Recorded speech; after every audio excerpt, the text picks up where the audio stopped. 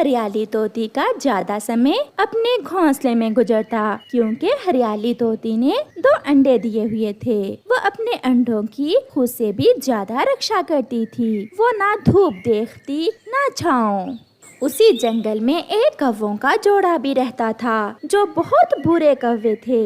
एक दिन कौवे की पत्नी गोरी कौवी अपने पति से कहती है, कालू जी, मैंने कल देखा हरियाली के घोंसले में 2 ताजे ताजे अंडे हैं। मेरा तो आज तोती का अंडा पीने को मन कर रहा है।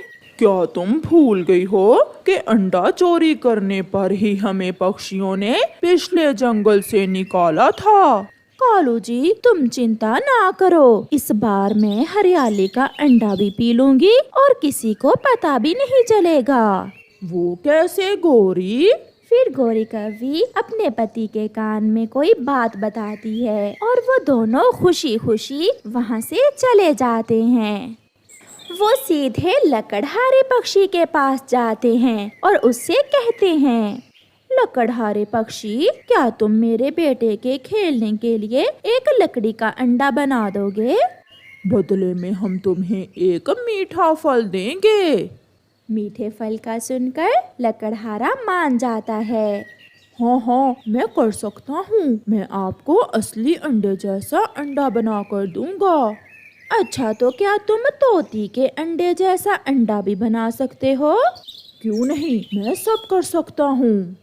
लकड़हारा पक्षी एक मीठे फल के बदले कौवों को एक लकड़ी का अंडा बनाकर उस पर सफेद रंग कर देता है। कालू, ये तो कमाल है, ये तो बिल्कुल तोती के अंडे की तरह दिखता है। फिर कौवा और कौवी वो अंडा लेकर वहाँ से चले जाते हैं। वो तोती के घोंसले से थोड़ी दूर छुपकर बैठ जाते हैं। ये तोती नदी पर पानी पीने तो जरूर जाएगी। मुझसे और इंतजार नहीं हो रहा कालू, मेरे तो अभी से मुंह में पानी आ रहा है। बहुत स्वादिष्ट होगा तोती का अंडा। फिर थोड़ी देर बाद तोती इधर उधर देखते हुए अपने घोंसले से उड़ती है और वो नदी पर पानी पीने चली जाती है। चल भी कालू, इंतजार खत्म हुआ, जल्दी करो। फिर कौवा और कौवी तुरंत वहाँ से उड़ते हैं और तोते के घोंसले से एक अंडा चुराकर वहाँ लकड़ी का सफेद अंडा रख देते हैं और वहाँ से भाग जाते हैं। पहाड़ों पर जाकर कौवा और कौवी तोते का मासूम अंडा तोड़कर पी लेते हैं। उधर हरियाली तोती नदी से पानी पीकर वापस आ जाती है और अपने अंडों पर बैठ जाती है। उसे पता ही नहीं चलता कि जालिम कौवों ने उससे उसका एक अंडा छीन लिया है और 2 में से एक अंडा तो लकड़ी का है। समय गुजरता गया और फिर एक सुबह हरियाली के एक अंडे से बहुत सुंदर, बिल्कुल अपनी माँ जैसा ही एक बच्चा बाहर निकलता है। माँ, मुझे भूख लगी है। माँ, मुझे भूख लगी है। लो मेरे बच्चे, ये अमरूद मैंने आपके लिए ही ला कर रखा है। माँ, इस दूसरे अंडे से मेरी बहन निकलेगी या भाई? ये तो मैं नहीं जानती, मगर शाम तक आपका छोटा बहन भाई भी अंडे से बाहर निकल आएगा। शाम हो गई, रात भी गुजर गई और फिर दूसरे दिन दोपहर को हरियाली अपने अंडे को लेकर बहुत परेशान हो जाती है।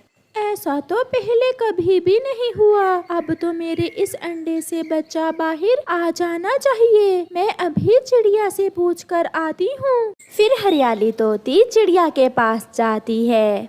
चिड़िया बहन, मेरे 2 अंडों में से एक से तो बच्चा निकल आया है, मगर दूसरे से अभी तक बच्चा बाहर नहीं निकला। मैं उसे लेकर बहुत चिंतित हूँ। ऐसा तो नहीं हो सकता, दोनों बच्चे एक साथ ही बाहर आने चाहिए थे। चलो मैं आपके साथ जाकर देखती हूँ। इस चिड़िया हरियाली तोती के साथ जाती है। ये अंडा अंदर से खाली तो नहीं है, क्योंकि खराब अंडा बहुत हल्का होता है। क्यों ना हम बुलबुल डॉक्टर के पास जाएं और उससे पूछें। हाँ चिड़िया बहन, हम अभी जाते हैं। चुन्नू बेटा, आप घोंसले में ही रहना, हम अभी थोड़ी देर बाद आते हैं। फिर चिड़िया और हरियाली तोती वो अंडा लेकर बुलबुल डॉक्टर के पास जाती हैं। बुलबुल अंडे का चेकअप करती है। मैं आपसे कुछ छुपाना नहीं चाहती, आपके साथ धोखा हुआ है, ये अंडा तो लकड़ी का है। ये सुनकर हरियाली तोती की तो जान ही निकल जाती है। नहीं, ऐसा नहीं हो सकता, मैं लुट गई, मैं बर्बाद हो गई। चुप कर जाओ हरियाली, अब रोने से कुछ हासिल होने वाला नहीं है। मैं पकड़ूंगी उस अंडा चोर को और हम सजा देंगे उसे। फिर वो दोनों वहाँ से चली जाती हैं। हरियाली बहन, ये लकड़ी का अंडा बड़हई पक्षी के अलावा कोई नहीं बना सकता। आप ये अंडा मुझे दें, मैं अभी दूध का दूध और पानी का पानी करके आती हूँ। या वो अंडा लेकर बढ़ई के पास जाती है। चाचा जी, क्या ये अंडा आप पहचान सकते हैं? क्यों नहीं, अपने हाथ की बनाई हुई चीज तो मैं कई साल बाद भी पहचान सकता हूँ। ये अंडा तो अभी कुछ दिन पहले ही मैंने कौवों को बना कर दिया था। चाचा जी, बहुत जुल्म किया उन कौवों ने। उन्होंने तोती का अंडा पीकर वहाँ ये रख दिया। मुझे बहुत दुख हुआ, मगर मुझे उन्होंने कहा था कि वो अपने बेटे के खेलने के लिए ये अंडा लेकर जा रहे हैं। मैं आज के बाद कभी भी किसी पक्षी को लकड़ी का अंडा बनाकर नहीं दूंगा। आप मेरे साथ चलें और सब पक्षियों के सामने बताएं कि ये काम कौवों का है। फिर चिड़िया बढ़ई पक्षी को साथ लेकर वापस जंगल जाती है। चिड़िया दूसरे सारे पक्षी इकट्ठे करती है। हरियाली तोती भी साथ थी और वो सब कौवों के घर की तरफ जाते हैं। पक्षी इकट्ठे होकर आते हुए देखकर कौवा और कौवी डर जाते हैं। क्या हुआ? आप सब यहाँ क्यों? ये अंडा तो तुम्हारे बच्चे का खिलौना था, फिर ये हरियाली तोती के घोंसले में कैसे गया? हाँ, मुझे याद आया, मेरा बेटा खेल रहा था कि हरियाली के घोंसले में गिर गया होगा। तो फिर हरियाली का अंडा कहाँ है? हमें क्या पता छोटी चिड़िया, ये ऐसे मानने वाले नहीं हैं। फिर वो सब कौवों की पिटाई करते हैं और मार मार कर दुष्ट कौवों को जंगल से निकाल देते हैं। गोरी, इस बार भी तुम्हारे अंडा पीने के कारण ही हमें जंगल छोड़ना पड़ा। कालू, मैं फिर कभी ऐसा नहीं करूँगी। बुरे काम का अंत भी हमेशा बुरा ही होता है, मुझे सब पता चल गया है। ओए कालू, कान खोल कर सुन लो। अगर आज तुम मेरे लिए खाने को कुछ भी ना लाए तो मैं कल अपनी माँ के पास चली जाऊंगी। क्या ऐसे भूखी मारने के लिए तुमने मुझसे शादी की थी? गोरी, मैं क्या करूं? जब से ठंड शुरू हुई है सभी पेड़ पौधे सूख गए हैं। मैंने कल भी बहुत कोशिश की मगर मैं कुछ भी ना ला सका। अब जाओ और मेरे लिए कुछ लेकर आओ, मैं भूख से मर रही हूँ। करता भी तो क्या। फिर कालू बेचारा रोज की तरह अपने घर से निकलता है। वो सीधा चिड़िया के पास जाता है जहाँ कबूतर और तोता भी भोजन को लेकर परेशान बैठे हुए थे। दोस्तों, मेरे घर में कुछ भी खाने को नहीं है। क्या आप में से किसी के पास कुछ है? हम भी इसी जंगल में रहते हैं और हर तरफ बर्फ ही बर्फ है। हम भी भूखे हैं। हम सबको मिलकर कुछ ना कुछ करना होगा। अगर ऐसे ही चलता रहा तो हम सब भूख के कारण मर जाएंगे। कालू भैया, हम सब मिलकर भोजन की खोज को निकलते हैं। आप पूर्व वाली दिशा में जाएं और हम पश्चिम वाली दिशा में जाते हैं। अगर किसी को भी भोजन मिला तो हम सब उसे आपस में बांट लेंगे। फिर वो सब ऐसा ही करते हैं। कालू कौवा पूर्व वाली दिशा में और बाकी के पक्षी पश्चिम की तरफ चले जाते हैं। कालू कौवा उड़ते उड़ते दूर निकल जाता है और फिर उसे जंगल के उस पार एक पेड़ नजर आता है जो लीमू का पेड़ था, जिस पर पके हुए लीमू लगे हुए थे। कालू ये तो ना जानता था कि ये किस चीज का पेड़ है, मगर उन फलों के रंग से आकर्षित होकर कालू कौवा वहाँ जाता है। ये तो कोई बहुत स्वादिष्ट फल होगा और है भी पका हुआ। भोजन मिल गया। मैं सब पक्षियों को बुला लाता हूँ। मैंने कर लिया। जिंदगी में पहली बार मैंने कोई बड़ा काम कर लिया। फिर कालू कौवा वापस उड़ता है। वो तो बहुत तेजी से उड़ रहा था और फिर वो दूसरे पक्षियों को ढूंढ लेता है। जल्दी चलो, जल्दी चलो, भोजन की समस्या खत्म हुई। मैंने जंगल के उस पार एक फलदार पेड़ की खोज की है, जिस पर पके हुए पीले रंग के फल लगे हुए हैं। ये सुनकर सब पक्षी बहुत खुश हो जाते हैं। वाह रे कालू, आज तो तुमने पहली बार कोई अच्छा काम किया है। फिर वो सब जल्दी से कालू कौवे के साथ जाते हैं। कालू कौवा दूर से ही अपने दोस्तों से कहता है, वो देखो सामने, देखो कैसा मैं ना कहता था, वो फल पके हुए हैं। फिर वो सब पक्षी उस बड़े पेड़ के पास पहुंच जाते हैं। देखने में तो ये फल बहुत स्वादिष्ट लग रहा है। मैंने पहले तो कभी ये फल नहीं देखा, कहीं ये कोई जहरीला फल ही ना हो। मिठू, एक फल खाकर देखो तो सही, इसका स्वाद कैसा है।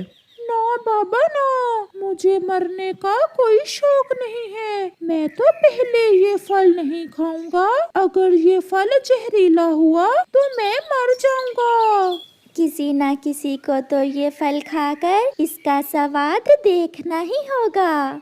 वादा करो, अगर मुझे कुछ हो गया तो तुम मुझे बुलबुल के पास दवा लेने ले जाओगे। अगर आप वादा करते हो तो पहले मैं ही ये फल खा लेता हूँ। फिर सब पक्षी कालू कौवे से वादा करते हैं। कालू भैया, आप हम सब में से बड़े हैं, अब ये मुश्किल काम आपको ही करना होगा। हम आपको बचा लेंगे अगर ये फल जहरीला हुआ तो। फिर कालू कौवा डरता डरता उस पेड़ से एक लीमू तोड़कर खाना शुरू करता है।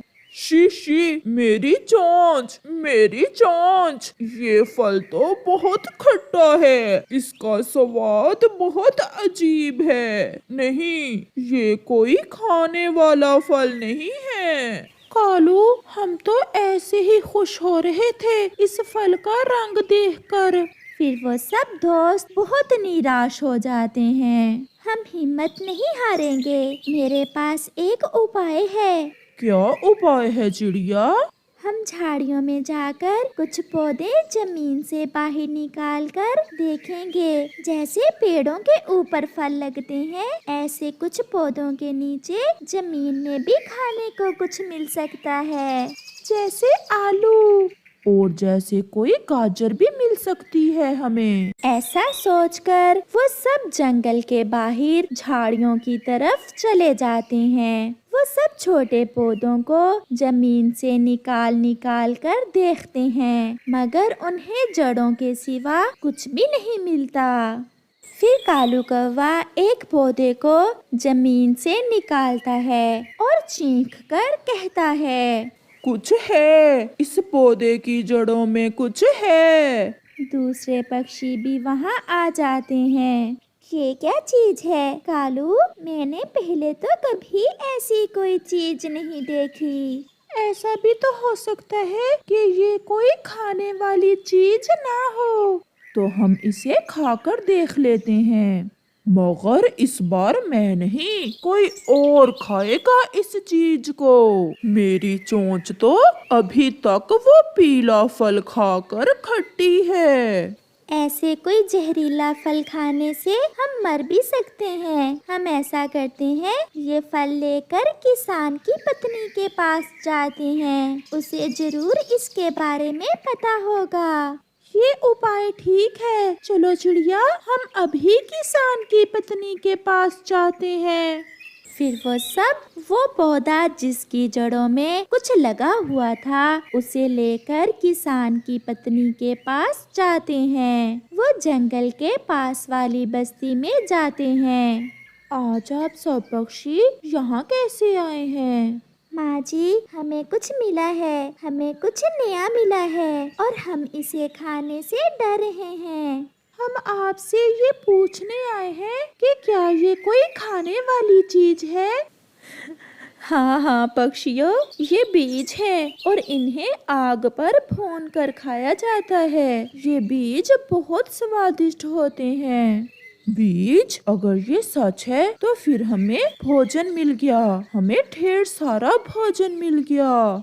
इन पौधों के बीज को मूंगफली कहते हैं और हम इंसान तो इसे बहुत शौक से सर्दियों में खाते हैं। माँ जी, आपका बहुत बहुत धन्यवाद, हमारी मेहनत रंग लाई और हमें भोजन मिल गया। फिर वो सब पक्षी वापस चले जाते हैं। चिड़िया आग जलाती है और एक बड़ी कढ़ाई आग पर रखती है। कौवा वो पौधे जमीन से निकाल निकाल कर लाता है। तोता और कबूतर पौधों की जड़ों से वो बीज तोड़ तोड़ कर कढ़ाई में डाले जाते हैं। चिड़िया उन बीजों को भूनती है। वो सब मिलकर काम करते हैं और ढेर सारी मूंगफली भून लेते हैं। अब सबसे पहले मैं खाकर बताता हूँ कि इसका स्वाद कैसा है। ऐसा कहते हुए कालू एक दाना खा लेता है। नहीं, इसमें कुछ मिला है, जैसे तिनके। मेरे मुंह में तिनके आ रहे हैं। रुको रुको, शायद इसे छील कर खाना होगा। फिर चिड़िया एक मूंगफली के दाने का छिलका उतार कर खाती है। कैसा लगा चिड़िया? ये खाने में कैसा है? स्वादिष्ट, ये बीज बहुत स्वादिष्ट हैं, इन्हें छील कर ही खाना होगा। फिर वो सब बहुत खुश हो जाते हैं और भुनी हुई मूंगफली वो सब आपस में बांट लेते हैं और अपने घरों को चले जाते हैं। मैंने कर लिया गोरी, मैंने कर लिया। देखो तो मैं आज तुम्हारे लिए क्या लाया हूँ। कालू, ये क्या है? मैंने पहले तो ऐसी कोई खाने वाली चीज नहीं देखी। ये क्या उठा लाए हो तुम? फिर कालू अपनी पत्नी के सामने एक मूंगफली खाता है। इसे ऐसे छील कर खाते हैं? अच्छा, मैं भी खाकर देखती हूँ। फिर गोरी मूंगफली खाती है और उसे बहुत स्वादिष्ट लगती है। कालू, ये तो कोई बहुत स्वादिष्ट चीज है। हमारे जंगल में ऐसे बहुत से पौधे हैं। अब ठंड के मौसम में हमें भोजन की कोई चिंता नहीं होगी।